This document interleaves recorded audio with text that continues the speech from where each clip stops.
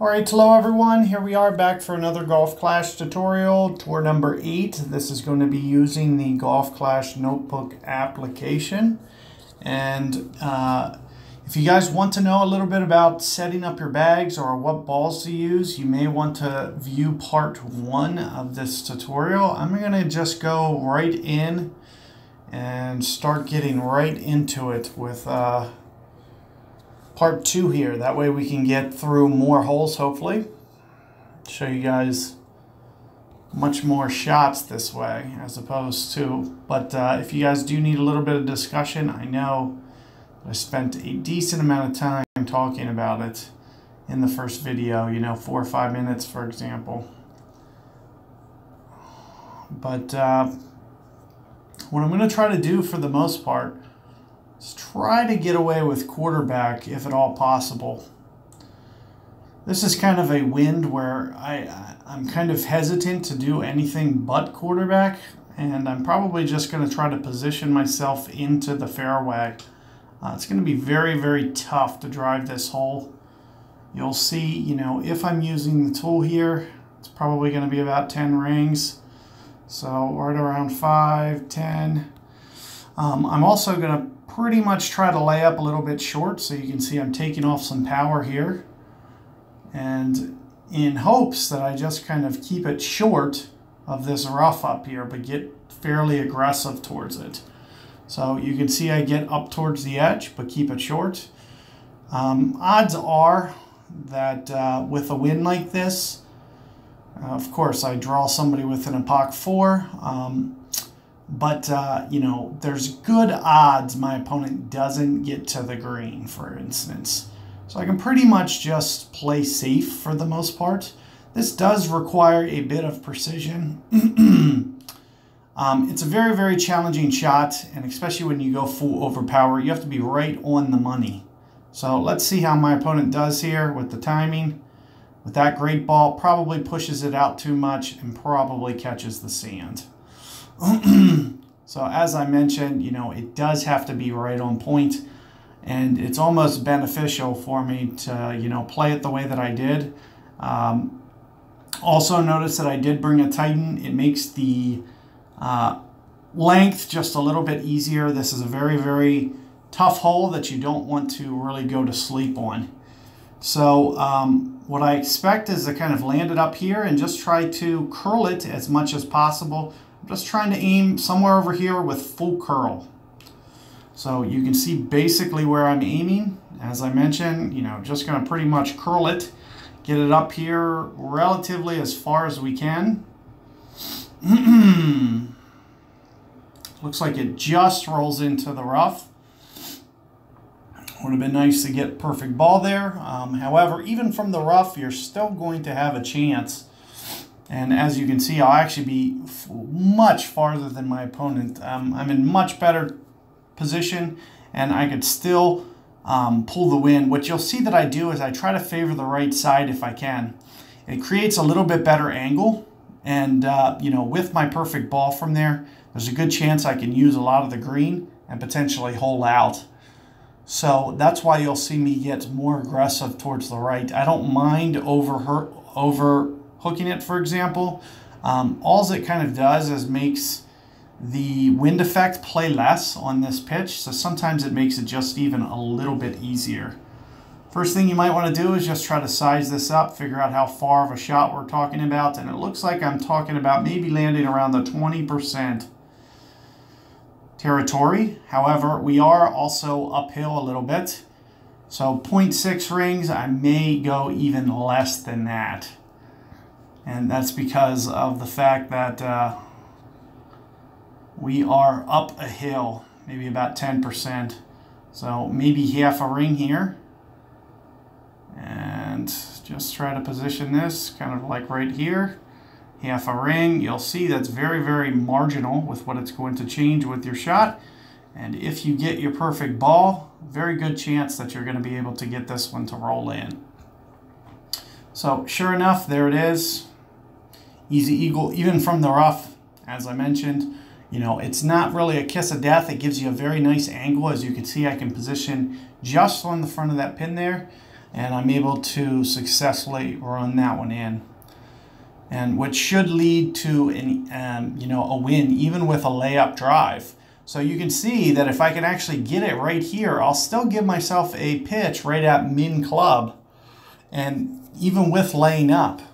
So that's one of the biggest things. Keep in mind, even if I hit the most massive drive in the world, I would have got that headwind. I wouldn't have been able to get to the green. So even if my opponent pulled that drive off, he wasn't going anywhere. Of course, there's no way to predict that the wind's going to be straight in the face. However, you'll see that oftentimes, even laying up, especially if I'm able to keep that in the fairway, there's a good chance, even if he does pull off that drive, that I'll be able to sneak out either a win or at least a tie if he does get to the green.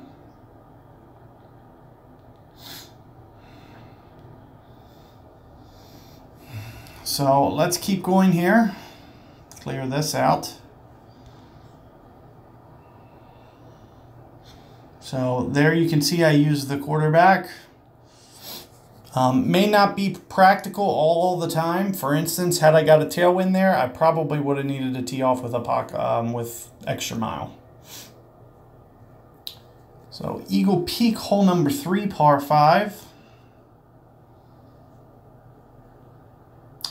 Very tough course. The way that I'll typically play this one is wind dependent. It'd be nice to be able to get this quarterback up here. One of the things that I'll just want to kind of make sure is that I can make sure that I get to the green. So this is really going to be kind of stretching my limit a little bit. But I do think that I'll make it to the green. And this is a very, very tough hole to albatross. So you're probably just going to see me use the quarterback, even at an 8. Because I'd rather just position it into the fairway and, make sure that I have a very easy path. It's much better to be in the fairway than it will be to be in the rough, especially, having a little bit tougher hole. I'd much rather just kind of position it in the fairway and just kind of, lay up and be just a little bit safer. So in my part 1 stream, I don't think I used much quarterback, so I'm trying to kind of make sure that I use maybe just a little bit more, just so you guys can see, the alternative ways to go about doing it, especially if your perfect ball isn't the greatest. Because extra mile is going to punish you. You'll see extra mile, for every 2 rings that you great ball it, quarterback 5 rings it, and it'll be the equivalent shot, essentially. So here you can see straight into the face. But as I mentioned, even with a, back-to-back headwinds here, we'll still make it to the green. So more than anything, that's all I'm trying to do is just focus on getting the ball up here. Maybe use about half power and a little bit of curl. Keep in mind that I'm kind of, keeping away from the bunker edge, because I want to try to create a little bit better angle so it doesn't roll into the sand, and I just basically get it over here towards the side. It just has to be down here by the green, and we should easily be able to get our eagle here. I could have, even curled a little bit more. However, especially for the first time playing this tour in a while, you're going to see that I'm just going to be a little bit more casual just to make sure that I don't put myself in trouble. But as I mentioned, this isn't very holeable anyway, so what I'd almost rather do is just kind of make sure that I get to the shootout more so than anything.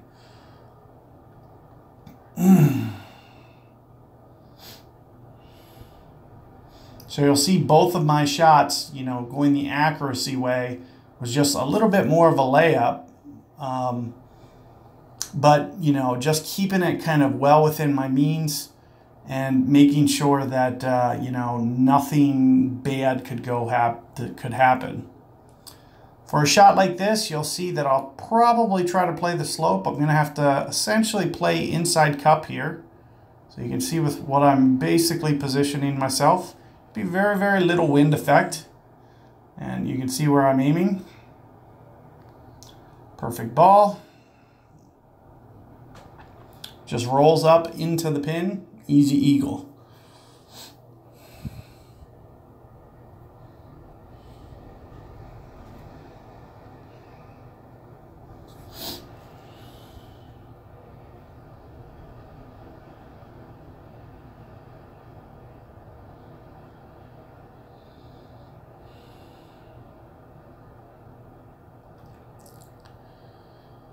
So I'm assuming, should be relatively straightforward here for my opponent here. And we'll be going to the shootout. Let's see what we can get for a shootout hole. Talk about a few more of these holes. It'd be nice to get some Eagle Peak. I don't have a lot of Eagle Peak content on my channel, but if you are looking for individual shootouts, do check out the playlist tab and then find the course you're looking for. In this case, you'd be looking for Eagle Peak, hole number 2. Wow, shootouts from the second tee box. That's not what I meant with hole number 2. But here you'll see, we'll be pulling down kind of towards mid club. You'll also see I might be shooting up a hill just slightly. So what I'll typically do is I'll typically play left here. Keep in mind that when I'm, pulling down towards min, I need to make sure that I'm using a min adjustment. What I like to do on this hole is just kind of one of these numbers, just kind of play the slope. It looks like I'm using the wrong club. I'm not going to let that bother me too much. I'm going to use maybe about here on the curl. You can see that I just kind of under adjusted. I only went like 3 or 4 rings. And basically just try to get it on that backstop, get it feeding down towards the hole. And here you can see that it just kind of gently goes down. You can see I did put it on the wrong club by accident. You can see there it's telling me about 5, 5.5. And I went probably very close to about 4. But you'll see, especially with the backstop in like that, it doesn't matter if you kind of slightly under adjust. Especially if you kind of keep your ball guide in check the way that I did. You can see that I had very, very good control. And I'll be able to win a lot when I play this hole with that strategy. So that's definitely what I'd recommend for you guys. Never go this way unless you absolutely have to. It's much tougher to control the slope and how the ball rolls out.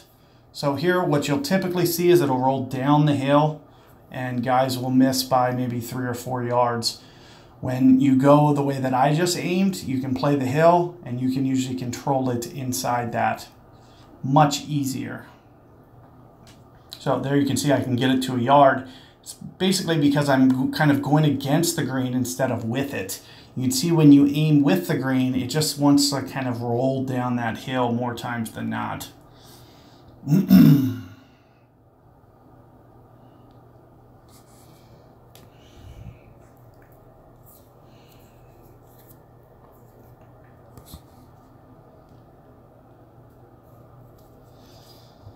So here we are, Glenmonarch, hole number 8. A couple of different ways to play this one. Sometimes I'll go towards the right, sometimes I'll go towards the left.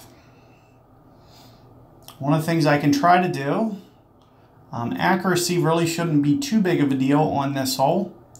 Sometimes I'll go to the right when I get a wind like this.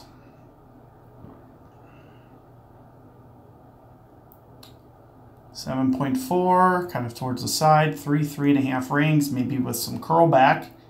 And you'll see I can go almost max here. So I will go kind of close to max just to kind of get some distance. But I'll come off just for a little bit of precision. You can see I'll just be a little bit more confident with my perfect ball when I do it like this. Keep in mind that I'm kind of curling it back for the wind effect. And if I can get it up here and here into good position, it's a good angle at the pin, and sometimes you can get it up towards min club. It makes it very, very easy. Alternatively, I can always go over to the left-hand side. There's no right or wrong method. Typically, one side, whether you go right or left, is going to have an advantage because one of them will either be like straight into the wind or straight downwind, and the other one's going to be more of a side wind. So one of the things that you might want to do is, you can always shoot towards your opponent's side if you're going second, and basically, ensure that you at least put yourself on a level playing field. If you want to be a little bit more risky, you can try to, play the opposite way and hope that you get the better end of the wind draw. And you'll see exactly what I'm talking about. We're either going to have a crosswind or we're going to have like a tailwind into the face. And, keep in mind that if we get one or the other, having that straighter wind is going to be an advantage. So that means you drove it to the right way. And this is kind of a good example of that. You can see, you know, maybe we have 430 here. However, you know, more times than not, you'll see that it just kind of, you know, the straighter is the better. So we are going to be pulling up towards mid-club a bit, so I might use a mid-club adjustment. Typically what I'll do is kind of back off of the backspin. So here you're going to see maybe one bounce. You also see that I'm kind of offsetting the guide just slightly. So I'm just kind of barely offsetting, pulling up towards 3.3-ish rings. Perfect ball. Just a bit much. So I might have just been a little bit heavy on that adjustment. Keep in mind that we are pitching up a hill as well. I was trying to account up maybe just a little bit of extra for wind effect. And you can see maybe just a little bit off. But you can see as you get down towards min, you know, that wind effect will be less than towards max. So it looks like, you know, I just might have just kind of over adjusted just slightly there. But very, very good opportunity to take this one with eagle, especially when your opponent has a Hornet. One of the things that could happen is he could essentially great ball it into the hole with the level of accuracy this has. A lot tougher to do that with a Thorn.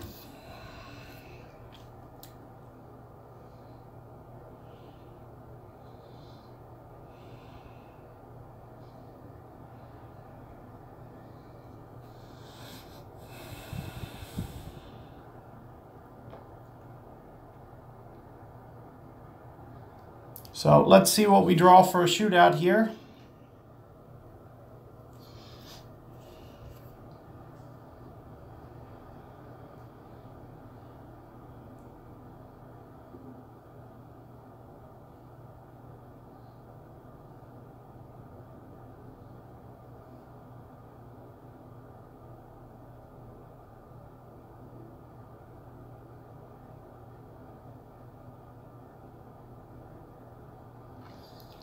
Okay, Vineyard Acres here, interesting par 3.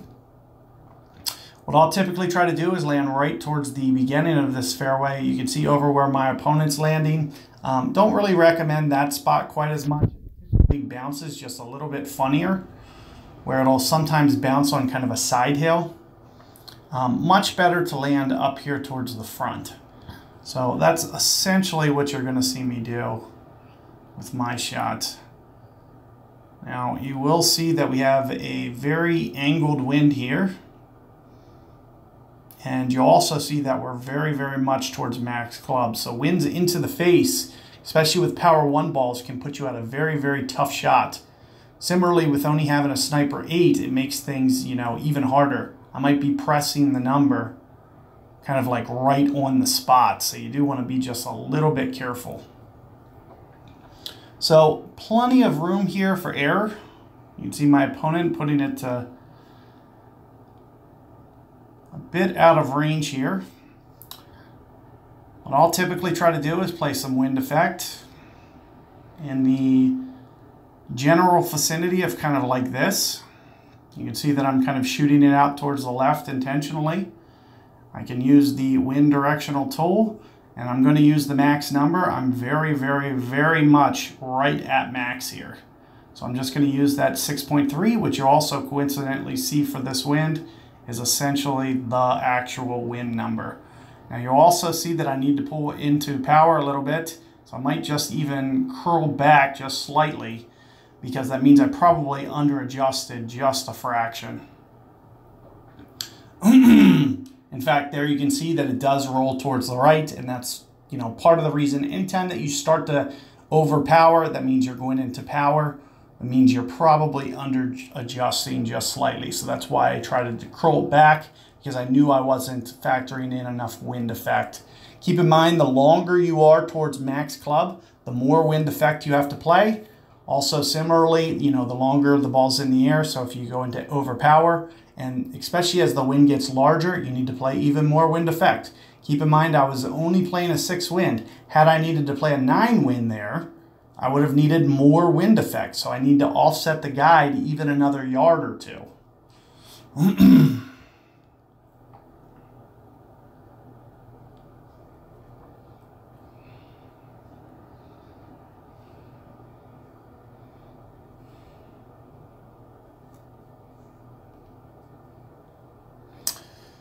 So here we are, Vineyard Acres, hole 7. Very, very tough hole here. This one you typically want some extra power ball here for the second shot more so than anything. And there's a wide variety of ways to play the second shot. You might want to just play it, based on the wind that you're given. Another thing that I might want to do just for accuracy purposes is potentially pull out that QB again.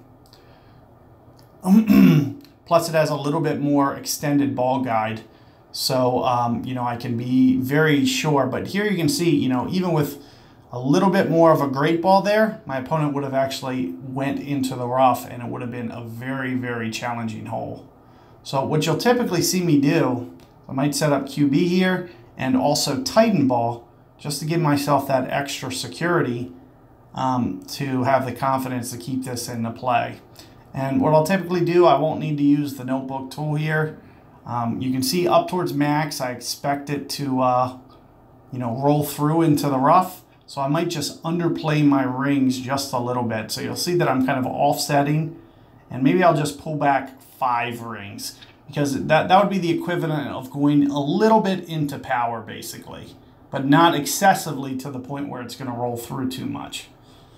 So there's some strategy in play there as to why I'm under adjusting my rings so I can get it more down towards the edge, but also keeping it away to make sure that I don't, because if I adjust no rings, for instance, you could see when I extended, I might have ran through into the rough. Now with a tailwind, what I'll typically do is I'll just go up through this neck. What I'll sometimes do with some little, like a little bit weirder winds is I might try to full curl it over into this range and get kind of a nice look at a sniper into the green. But what I'll pretty much primarily do here is just shoot it just like you see my opponent doing. Otherwise, I might use just a little bit different spin than he does. Because you can see that his shoots over towards the right. What I try to do is try to go up through that neck. You can see how the neck's angled. So what I'll typically do is I'll typically put my spin to kind of shoot down the line a little bit better. So you can see how this comes in at just a little bit better angle. So that's what I'll typically try to do, just to kind of shoot this gap a little bit easier. You also see that the wind's significantly down for me. So it's going to be tough to kind of get it up to the range that you want, but you want to get it past the trees to hopefully have a clean look. And you can see I barely get it up past with a Sniper 8. If you have Sniper 9, Sniper 10, it's going to give you that much better of a chance. But you can see with the katana where my opponent's back at, it makes it even harder. So I kind of have a slight advantage here to potentially be able to hold out. And you also see that we're going to be shooting up towards a hill a little bit, so I might use -5%, -10 even. You can see that it's kind of significantly uphill from the take shot view.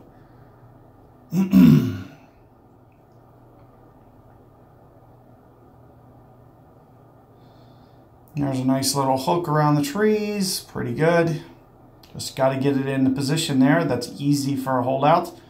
However, mine might be makeable, so always want to be thinking about that as well. But you might be able to get this. Keep in mind, you can see that I'm at +3 yards already. I'm assuming that I'll be pulling up right at max, so I'm not even going to really use the slider much here at all. Typically what I'll do is maybe just plant. You can see that maybe I'm just offsetting slightly. Very, very little, less than a cup. And I'm essentially going to use the max number because I'm pulling right towards max. I mean, if I'm at +5, I'm very, very, very close to max here.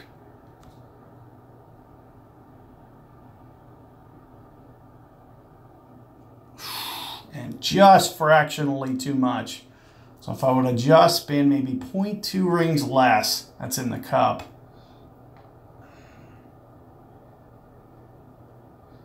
Of course, the later your clubs develop, the easier it gets to hold out as well.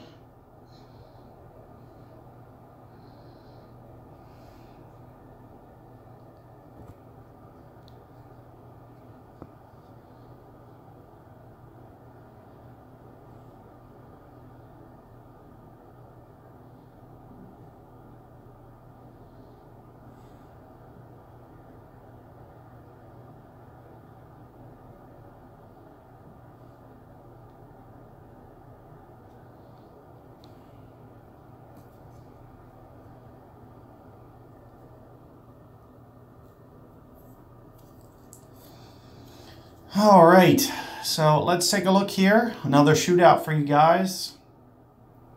This hole I really like to have Guardian for. However, I do know how to play it with a sniper. It's just a little bit tougher, especially when you can see that it's down towards min club here. We'll be pulling up just a little bit. So somewhere in here, pulling up from max. So I'll typically go, it looks like in this case, maybe, you know, the max rings here. Essentially, you know, just play it kind of 1-to-1.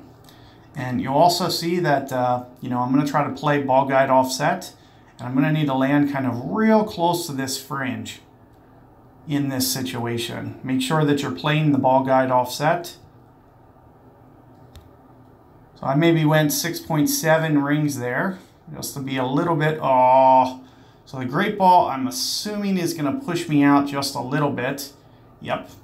But you can see that I would have been all over that thing, and you know, had it probably within a yard, you know, had I been able to get my perfect ball there. So really kind of cost myself an opportunity there. This is a very easy wind because it allows you to land up onto the green. It's actually harder to land it on the fairway. What most guys will do is they'll hit too much of the face trying to land on the fairway, and it'll check up much too fast. So you do got to be very, very careful trying to land this on the fairway. So let's just see how my opponent does here and see if he's able to pull this off or not. As I mentioned, it typically checks up too much. You don't want to land it there. There you can see right around 3 and an easy win for me. So you'll want to play that ball guide, the wind effect. You can see even with the great ball, you know, being the better wind effect player is going to give you an advantage to win the shootout. So that's what you guys will want to focus on. As you can see that, you know, it's all going to be about wind effect. My opponent hits perfect ball, doesn't factor in wind effect, winds up short and left. I play wind effect perfectly, but I great ball it and essentially block it out towards the right and kind of open the door for somebody to beat me. However, you got to make sure that, you know, when you're matching up against good players, that your win play is, you know, equally as good as theirs, or better to win.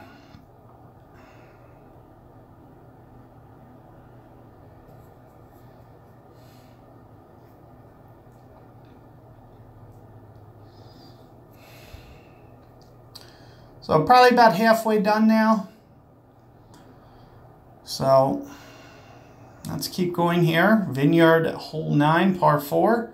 Very, very challenging hole. What I'll typically try to do is maybe try to get this out with QB as well. You can also do this one with extra mile relatively easy.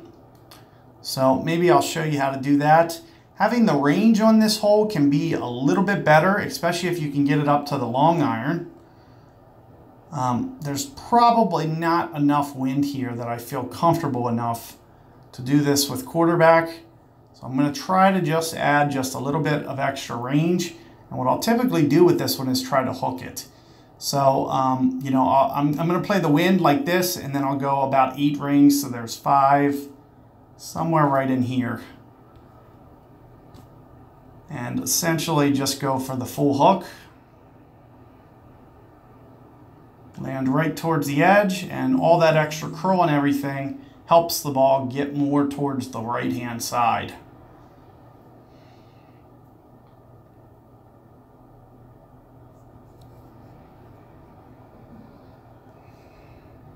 It's even easier with a puck. You can curl it even harder, which is better.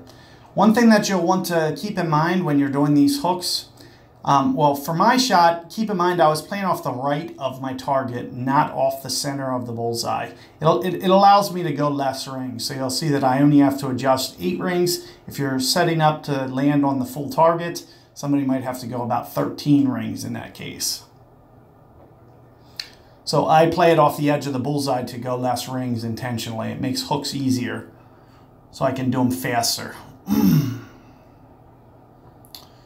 But here you can see, you know, I kind of get in between clubs here, and that's one of the things that I kind of hate about this shot. However, we're still good even with a sniper. All we need to do is just make sure that we kind of play this backstop a little bit and, you know, land somewhere around here. I'm not really too worried about precision. I'm pretty sure I can't get it back down the hill. It's really nice to have Guardian for this hole. So I'm just going to play, you know, 5.3 rings. Nothing too, you know, precise here. I really don't need the notebook tool because I'm not going to be able to get it back to the hole. With the Guardian, you can. Tower. You know, I think all in all, collectively, you'll find that you'll win more games with Sniper, so you're not even going to see me use Guardian for this tour. Now, keep in mind that you might have to use Guardian. So let's say, for example, your Sniper's only a 7. You probably should be using Guardian because you want to have more than 4 backspin.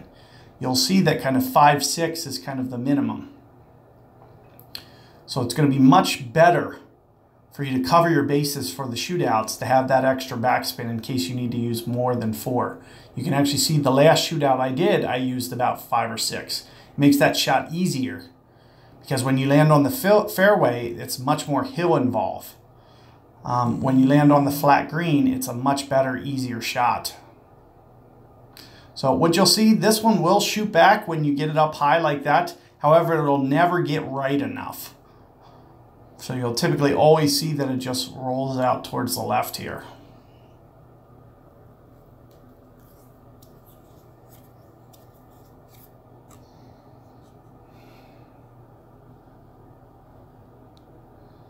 Anytime that you want to stop, like that would be appreciative. So let's keep rolling here, see what we can get for a shootout.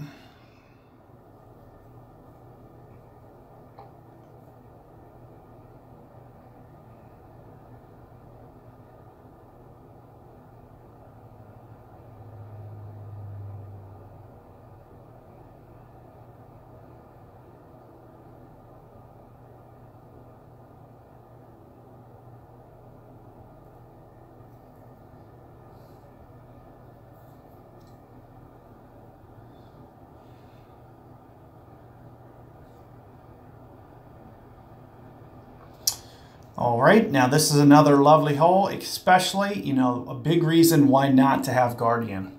You'll see with the Sniper, much easier to play this shot. Now, this wind in particular is a little, you know, not ideal, but we should still be okay.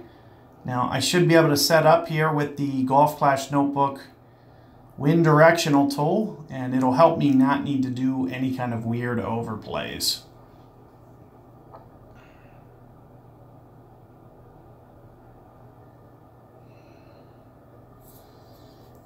That looks like too many rings. However, you know, might be okay considering the fact that ball guide expansion is going to happen. Nope, not okay. So you always want to adjust rings precisely and not do what my opponent there did, which was just kind of pull it real super fast with no precision involved. You want to be a little bit more careful. Keep in mind that I am going to be pulling down, you know, somewhere towards, I don't even know, maybe half club or a little bit less, somewhere in here, 40%. Now, what I typically do is very close to no spin. However, I'm going to start to crank it up once we get to here. And you'll see, you know, at least 10.5 rings, Just going to kind of free air this in one pull to make this super easy. Notice how I'm much more precise than my opponent with my ring pull, which is going to make it that much easier to just kind of be spot on here.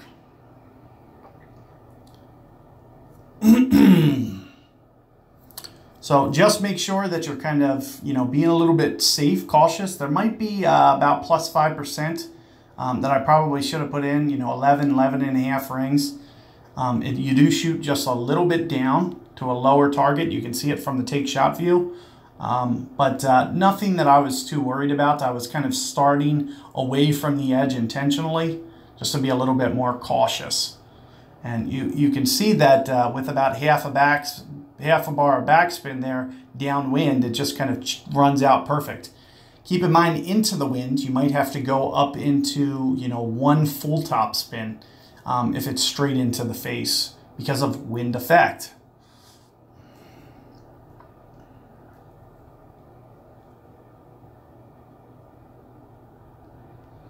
So here we are, we can pretty much just lay up for this hole. Another thing that, might be a good idea is just switch back to the QB. Just so I can have just a little bit extra ball guide. Having those 4 bounces makes it just a little bit easier. Not to mention the precision aspect as well. You can see that I can pretty much top this out. I'm just going to pull in just a little bit. Because I really don't need to, test the edge. Like, it doesn't need to roll out to the absolute max. But as you can see, it still kind of does. And that's one of the reasons that I did pull back, just to make sure, just in case there's some ball guide I'm missing, to make sure that you're still okay and that you pull it back enough. All we're going to try to do is position ourselves to, put it out in play. And you can see that I did it with a QB just to be able to, and this is really overkill if my opponent actually hits this shot. You'll see they're using a power 5 ball when they could be using just a power 1 ball and get it out to the same spot. This is almost guaranteed to be in the bunker. So you might as well just lay it up. It looks like he might hop it. He did hop it. So look at this. That's actually going to work out. I was surprised that, he could get that much run out with that wind. However, it's going to require the wind. Oh, it looks like he got it. So 2 straight winds. And there's a chance that, he can get semi-aggressive and potentially win this hole. I'm not inclined to, play guys. I try to stick to free-to-play balls only. Those are balls that can be earned. And not pay to play. So what you're going to see I'm doing is I'm playing the wind first, and then I'm going to go 1 target, 2 targets, 3-ish targets here.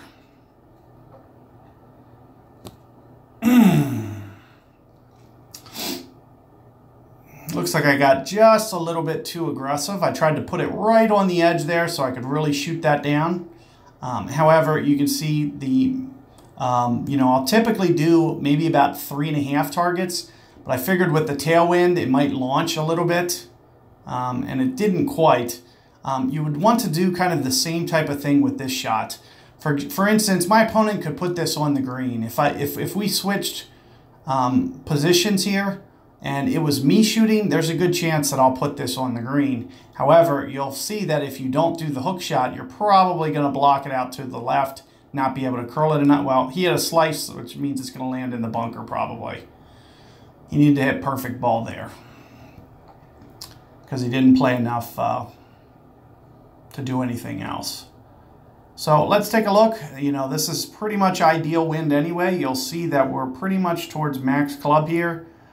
Very easy wind for me as well. So this is going to be very, very nice. 2.5 rings, maybe uphill. So I might need to maybe even go just a little bit less, but you'll see that I'm going to have a really good chance to potentially put this in. I'm going to use about maybe 3 on the backspin, and I would expect with perfect ball to at least graze the edge here.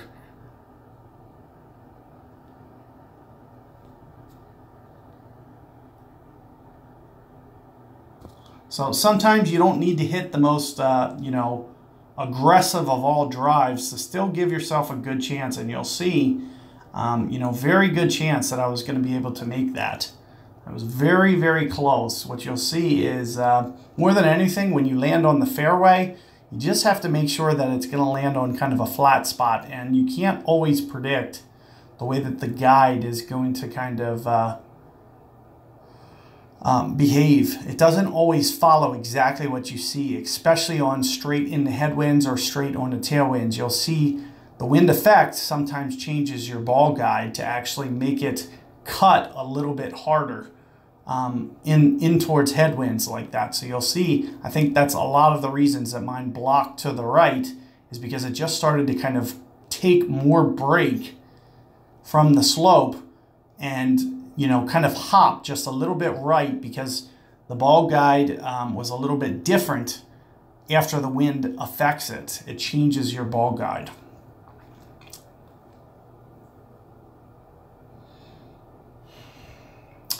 But nevertheless, you can see we get to the shootout.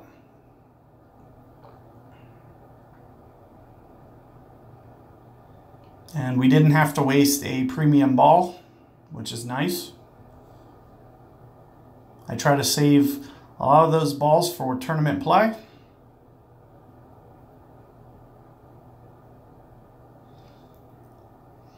So let's take a look here. I believe I'd like to do about plus 10%. So what I typically do is I typically do a rough bump. I'm not going to be able to do that with a Power 1 ball. So what I'll typically do is about plus 10%. You'll see I use my wind direction. I'm going to be pulling down towards min a bit, so I need to make sure that I do that. So 8.2 rings here. And I'll also have to leave that ball guide a little bit short as well, so you can see kind of what I have in mind. And right around 8-ish rings here. 8.2 rings. Perfect ball. Yeah, it looks like it's blocking out towards the right. So you can see the fairway, sometimes it just doesn't hop exactly how you want. So you need to be careful with where you try to go about landing. Because you can see that the way that that hit on this mound up in here, it just bounced dead to the right.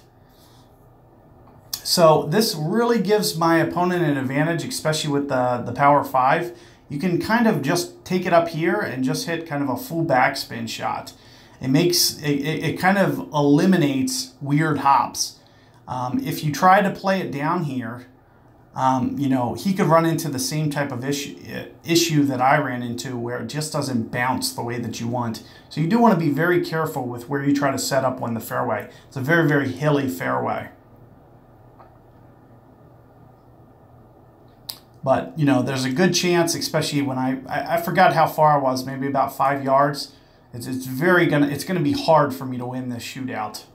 But it looks like he did roll through, and that's, you know, kind of a casualty as to not doing the overplay. As you can see, if I wasn't using the wind directional tool, I'd need to go about 30%.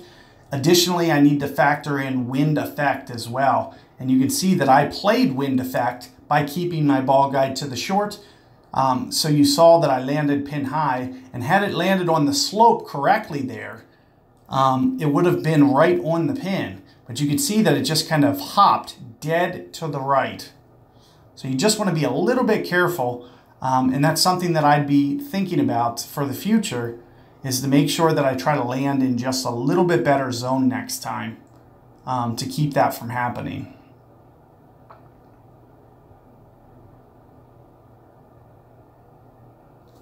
So this is a very challenging hole, especially with this wind.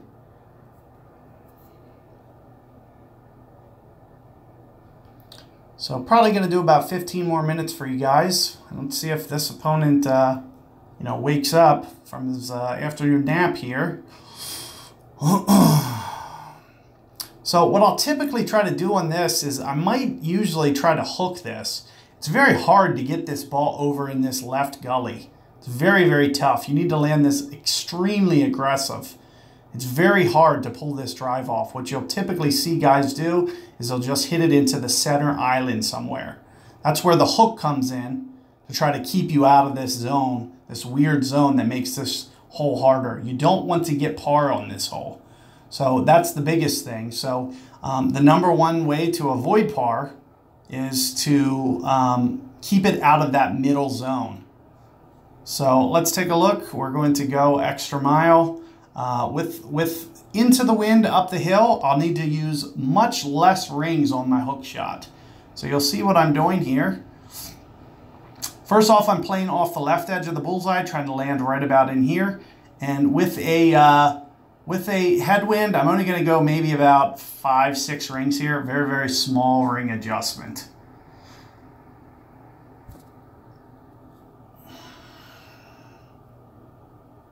All I really need is a fairway bounce. I don't even care if it ends up in the rough, but you can see that it doesn't. I'm able to get it kind of into the nice little gully, which keeps it away from the center. So if you can keep yourself away from that center island, that's the best advice that I can give you. Now what you'll need to do on this hole is a significant overplay. So I'm thinking maybe even in the effect of plus 40%, even with the notebook. This is going to be one of the most downhill shots in the game. It's almost Port Hella level downhill. It's very, very, I mean, you see everything disappear. So, you know, you can watch my shot from the take shot view. The green won't even be viewable. That's how downhill it falls kind of off into like a huge crater. And because of that, there's a lot more wind effect. You can see the pin's way down here. Like this is where kind of the top of the hill is. So here you can see it looks like my opponent might make a par now. And what you'll typically want to do here is, you know, as I mentioned, kind of like a 40% overplay. I am towards min club, so maybe I'm thinking right around maybe 6. I'm just going to kind of use the min number with a little bit of curl. It's right about 6 rings.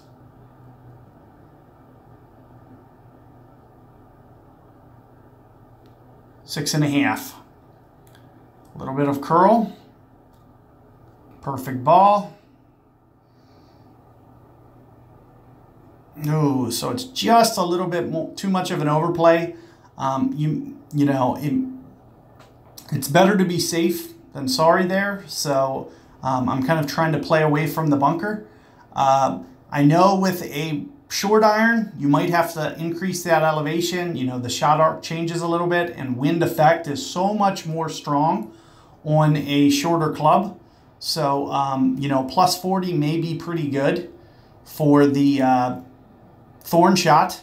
However, for the backbone shot, you might be able to get away with a little bit less because the shot arc trajectory is so much lower. So you can kind of change your, and more than anything, you know, it's kind of an elevation plus, you know, also factoring in wind overplay because of secondary effects. So like it's a combination of slope plus overplay. But you'll see that the backbone comes in much lower and at a slower rate of speed. So you'll see that it won't be in the air as long. It won't need quite as much wind effect in that case. But towards the thorn, that's the adjustment that I would use. So let's keep going here.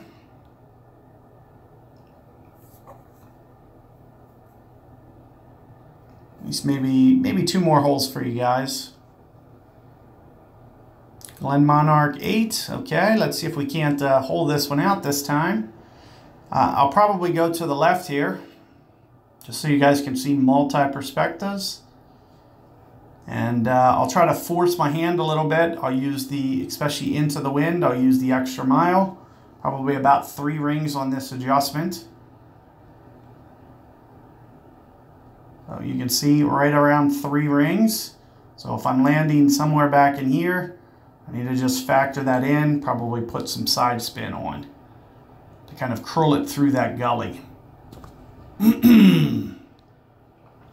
And even if you drive it in the rough, no real penalty. So you'll see that I typically get fairly aggressive on this. I don't care if it's in the sand. I don't care if it's in the rough. All it does is it kind of takes me away out of the eagle. But I'll easily get to the green even with Malibu. You know, it really doesn't matter. So last time you saw me go to the right-hand side, I was able to really get a very good perspective. But let's just say we had this wind for the second shot. You'll see that my wind angle will be perfect. Whereas going to the right, you'd have a side wind. So you'll want to factor that in when deciding about which to go. You also want to try to play a little bit better wind effect than that. That was very dangerous. That could have even been in the water. It was close. But you actually see, you know, had I gone over here, it would have been straight into the face almost. So you'll see advantage is to the right. So it's going to be kind of a coin flip. However, we can still make it either way. It doesn't really matter. We're towards mid club a little bit. I may do just a little bit of an overplay. I am just going to use my mid number. I'm thinking +5, +10%. This is an overplay. It's not elevation. So I'm going to try to go 2.6 rings as an overplay because of secondary wind effect. If my wind was stronger, per se, let's say the wind was double, I'd probably maybe do +20% on the overplay. So here you can see with the overplay. So I was that close to being able to take this hole. So do keep in mind secondary wind effect. That is an overplay. You won't see me do overplays except for wedges and short irons. I much rather do ball guide offset for longer shots, but for shorter shots I like to do the overplay. The reason being is because typically the fairway is open ground to overplay. So unless it's extremely hilly, doing an overplay is going to have no real impact on punishment. However, with long iron, with woods, there'll be oftentimes an overplay will potentially put you in the bunker, put you in the rough, because you need to be much more precise with your landing zone.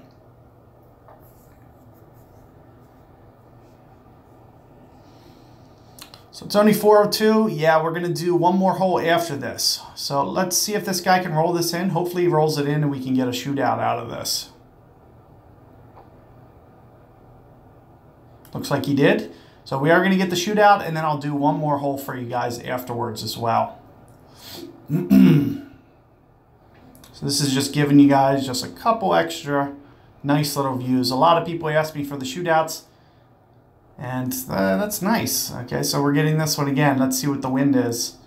This is another good wind for sniper. Typically, I like to use Guardian. However, you'll see that both of the winds that we got, I'm able to land the ball on the green. I can always land the ball on the green with Guardian. With Sniper, in tailwinds, I have to play the fairway, which typically makes an advantage the Guardian on this hole. But I'm not going to play this tour just for 1 or 2 holes for the Guardian. This tour favors Sniper, so that's what you're going to see me do. That's actually a really quality shot at playing secondary wind effect. So that's going to be tough for me to beat. Granted, I can still beat it. I'm not, terrified of that shot, but it's going to require perfectly execution. That's, as you can see, pretty much the best shot that my opponent has done all match. So I'm going to play, and you can actually see my spin isn't quite what my opponent's is. However, that'll be okay. I just need to kind of focus on wind effect and kind of putting the position here. And right around just a shade under 9 here.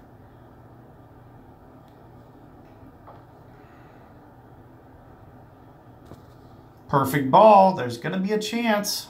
There's going to be a chance. So let's see. Nope, didn't get it to stop.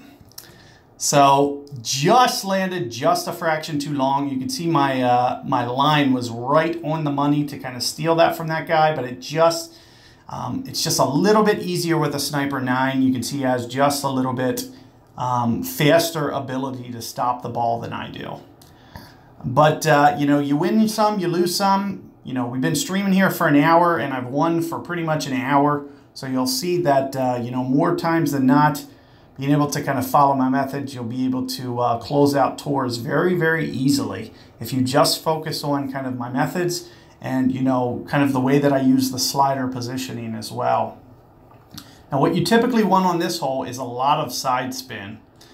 This is a very good wind, so you know, I won't quite need the side spin that I typically would, but you'll see that I want to land somewhere up in here too, which makes this shot extremely tough to do because I need to go so much over power. So you'll see about 5 rings here is where I'm going to be landing. I need to make sure that I have enough topspin to hopefully get over and not roll through into the rough. So you'll see that I'm going to go relatively max here with full curl. And just try to be a little bit cautious, protect against going towards the left, because the left will be kind of a death trap. But you're going to see with this short drive, I'm actually at a very big disadvantage. Now, there's a chance that, you know, my opponent here can hit a perfect drive, and I'm pretty much going to be kind of rendered. Especially you can see the guy's up around 3,000 trophies. He has a POC 4. I don't even think I have a POC, or what do I have on this account? POC 1? Yeah, a POC 1. So it is much easier to play with a POC 4. However, you know, he does still have to stop it out of the rough as well. So let's see. He clipped the rough as well. So we're both kind of in the same boat. It makes it a little bit harder. Into a headwind, neither of us is going to get to the green. Of course, we get straight downwind, which is also going to favor my opponent because I'm assuming he has a sniper 10. However, this doesn't take me out entirely. All I'll try to do is just try to get it up into this fairway right here for a pitch. So what I'll do is I'll typically aim right here with some curl. However, I expect my opponent to kind of be up potentially onto the green. So I'll need my perfect ball timing from here. With an Endbringer 2. If I would have had an Endbringer 5 or an Endbringer 6, something like that, or, you know, potentially Rapier 8, I might have some room for error. However, I might need perfect ball when I can only get it there. As I mentioned, with my opponent with a POC 4, sniper 10, it really does give him an advantage. However, that doesn't mean you're out of the hole. So, you know, I've said it this multiple times, you know, this game's not out to get you. You're still able to pull this stuff off. And you can see I'm only about 10-15 yards behind my opponent.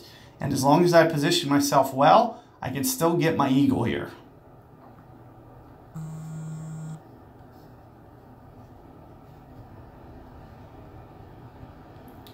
So again, you'll see my bullseye is relatively large, which means I probably need perfect ball here.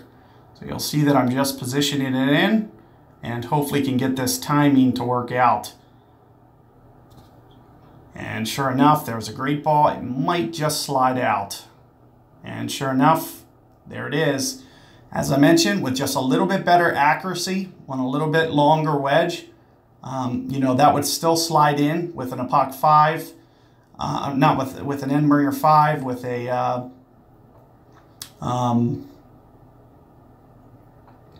even, you know, a mid-level Rapier where I could maybe use a little bit more topspin. You know, I just kind of caught the bad luck of things here to finish. And, you know, you just really got to be on your game. And I just caught, you know, a very bad break and got an opponent with, you know, monster clubs for Tour 8. He shouldn't be in Tour 8 technically.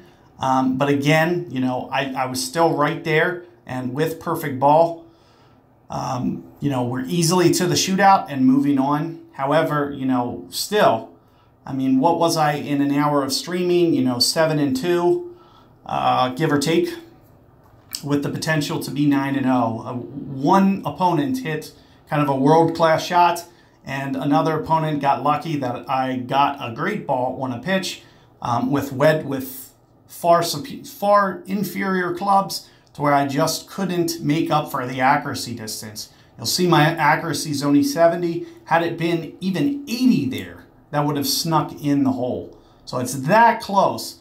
So at a end bringer 3, that would be up to an 80 accuracy, and that would have dropped there from that distance, great ball right or great ball left. So it does favor you to get, more upgraded wedges, and you'll see that I'm using end bringer 2 over rapier because of accuracy more so than anything. All that backspin, topspin really doesn't do much for you, especially with limited ball guide. You'll find what can potentially happen is you can roll the ball over the cup because you can't see all the ball guide. So with earlier rapiers, I still try to only stay to about 4 or 5 topspin and try to never go above that because it can put you in an instance where you can hop over the hole. So keep all that in mind. Good luck with your Tour 8, guys. And I will catch you guys next time for some more streams. Take care.